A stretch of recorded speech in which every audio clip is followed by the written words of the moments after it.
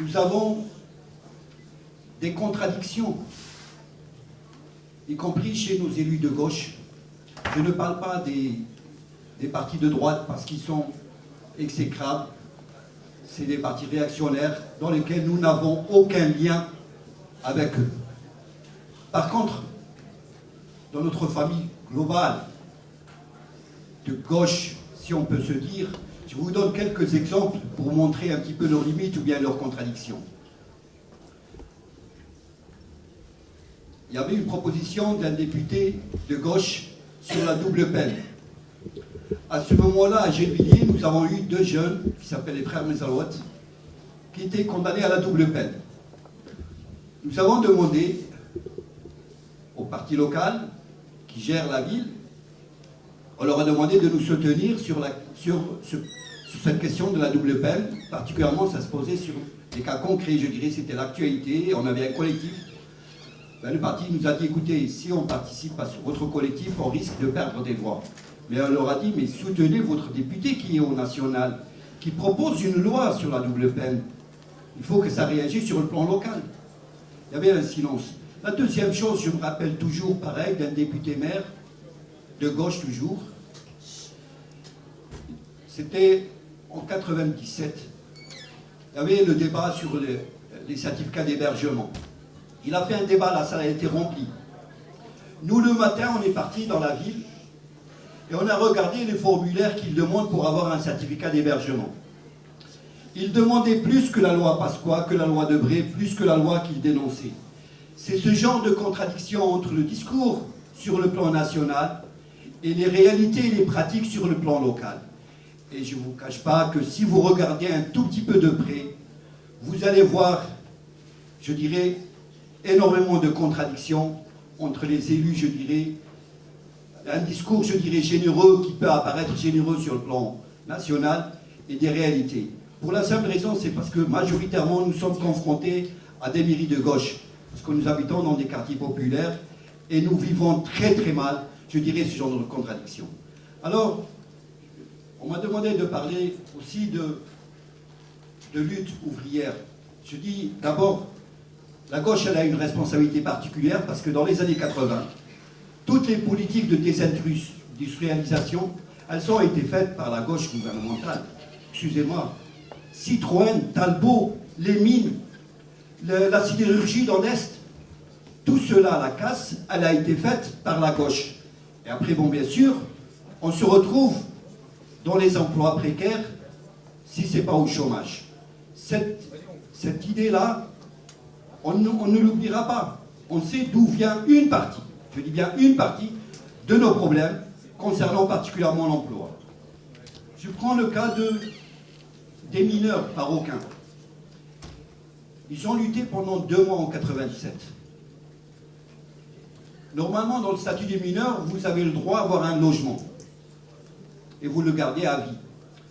Sauf que pour ces mineurs, dans le cadre de la négociation, on leur a fait un, comment dirais-je, un criblage, de telle sorte que, ces derniers temps, ils se sont aperçus qu'ils n'avaient plus le droit au logement et qu'ils s'étaient voués aux expulsions. Ces mineurs marocains, ils ne sont pas restés les bras croisés, ils ont lutté. L'année dernière, ils ont fait une occupation de 11 jours. Ils ont manifesté 2 fois dans la ville de Liévin, dans la ville de Lens. Une fois qu'on a fait cette lutte-là, on s'est retrouvé dans le cadre d'une négociation. Alors on nous a dit, il faut désigner un médiateur. C'était un ancien, c'était le secrétaire local de la CGT qui a été le jour des négociations. Ben, je ne vous cache pas que ce médiateur-là, il était systématiquement du côté des charbonnages contre les mineurs marocains. Je ne vous cache pas que moi, en tant qu'ancien syndicaliste CGT, des fois j'ai du mal à croire dans des camarades qui abandonnent des luttes. Je vous donne un deuxième exemple. Il y a 800 cheminots marocains et quelques dizaines d'Algériens et de Tunisiens. Ils ont été embauchés dans les années 70.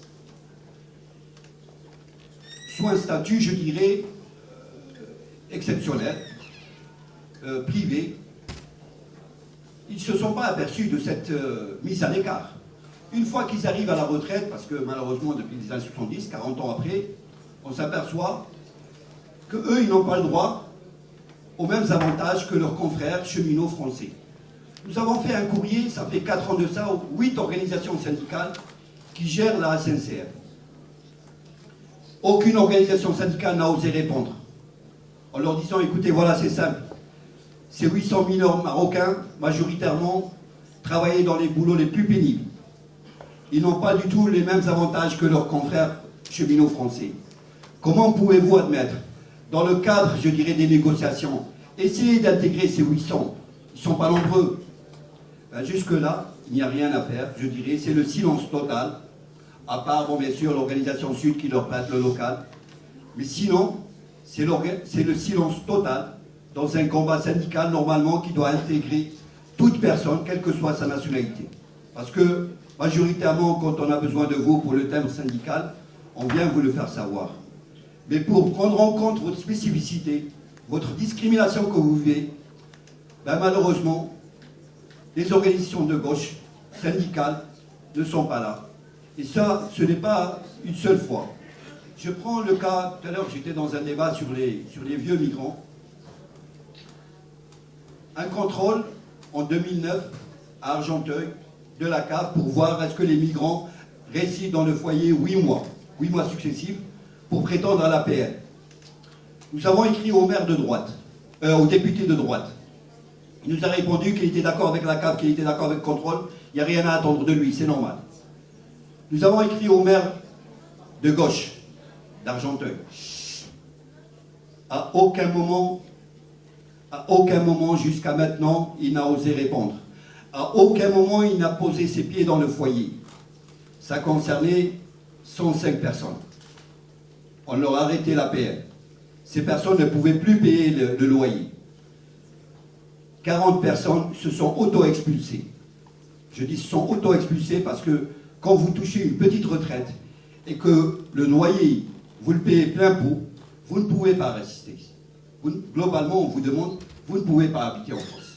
Ce n'est pas seulement ici à Argenteuil, ça s'est produit aussi à Montpellier, à Perpignan, à Toulouse. Pour l'instant, dans le cadre de la lutte contre la fraude sociale, je crois que vous avez entendu parler de ça, tout le monde n'en arrête pas de me tabasser la tête. Pour l'instant, il y a une chasse aux vieux migrants particulièrement qui est ciblée. Alors, on nous demande, maintenant, c'est bien, moi je n'ai rien contre les printemps, sauf que c'est vrai que moi je n'ai pas le droit de vote, donc je ne pourrais même pas sanctionner ces personnes-là qui nous font beaucoup de mal. Mais je crois que c'est pas le vote en soi qui est suffisant, parce que nous savons globalement qui va gérer le pays. C'est la gauche gestionnaire, je dirais, qui va globalement, comme ça a été dit tout à l'heure, ça va être un petit peu, je dirais, plus ou moins, ils vont maintenir tous les reculs des affaires sociales et ils vont gérer. À aucun moment, ils vont remettre en cause toutes les lois liberticides et tout ça qui nous touchent. Globalement, ils vont gérer l'acquis. Donc, moi, je crois qu'au rapport de force. Et je crois que si cette dynamique-là, elle s'appuie aussi sur des luttes comme celle de 2005, je crois qu'on pourra avancer beaucoup plus vite qu'on a. Et je dis malheureusement aussi, peut-être pour des raisons X et Y, majoritairement, nous les ouvriers, nous ne savons pas écrire, nous ne savons pas parler, nous n'allons pas aller aux télé, tout ça. Où est-ce qu'ils sont, nos intellectuels? Parce que nous sommes comme dans un match de boxe. Le boxeur, il est plus fort que nous. Et nous sommes que dans une défensive. Nous parons les coups. C'est tous les jours qu'on reçoit des coups. Alors, nous n'avons pas de temps, comme le disait tout à l'heure, de penser les alternatives. C'est bien. Ça, c'est aux personnes qui réfléchissent, aux intellectuels, de penser aux... Pour l'instant, nous, on part au plus pressé. Le plus pressé, c'est une expulsion de logement. Le plus pressé, c'est une discrimination, je dirais. Et là, ces derniers temps, particulièrement, je dirais, c'est tous les jours que Guéant nous insulte. Qui répond? Nous n'avons malheureusement pas d'intellectuels, je dirais sur le plan quantitatif, qui peuvent répondre à notre place, qui peuvent nous défendre. Bien sûr, alors après, nous pouvons dire que nous comptons que sur nous-mêmes. Donc, j'espère que de cette dynamique-là sortira un front uni, je dirais, de tous les progressistes issus des quartiers ou des mouvements populaires et qui nous permettra, je dirais, d'opposer, je dirais, un front large à ces politiques-là qui nous tuent tous les jours. Je vous remercie.